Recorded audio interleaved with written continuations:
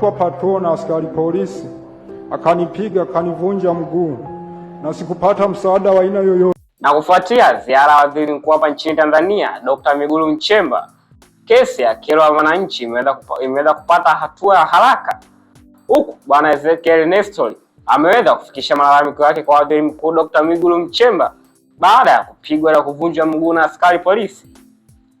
Naam, karibu ndugu mtazamaji wa channel yako bomba kabisa, habari ya Dicky Studio TV, mahali ambapo nakufikishia habari kutoka pande zote za dunia, ikimaanisha ndani na nje ya mipaka ya Tanzania. Nami ni mtangazaji wako siku zote Kambona Khan, ambaye anahakikisha unapata habari hizo kwa undani, kwa kweli na uhakika.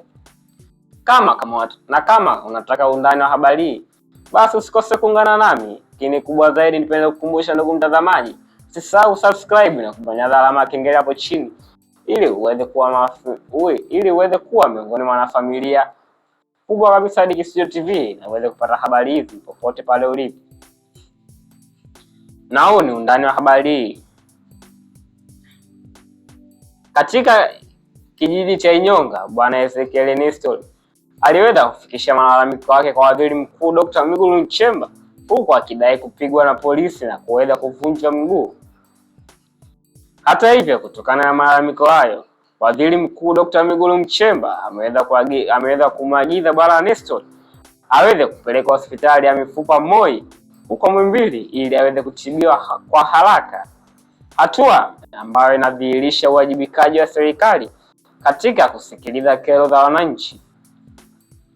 Aidha, tukio hili limejiri wakati waziri mkuu Dr. Mwigulu Nchemba akiwa katika ziara kusikiliza kero za wananchi huko mkoani Katavi, ambapo anakagua changamoto za wananchi na kuhakikisha serikali inachukua hatua haraka. Hata hivyo, ziara hizi ni sehemu ya jitihada za serikali katika kuimarisha huduma za wananchi na kuweza kuhakikisha haki zao zinatimizwa bila kuchelewa. Wananchi wanasema kuwa kuingia kati kwa waziri mkuu ni ishara wazi ya kuwa serikali inachukua kero za wananchi kwa uzito na kwamba haki za raia lazima zilinganishwe haraka na uadilifu.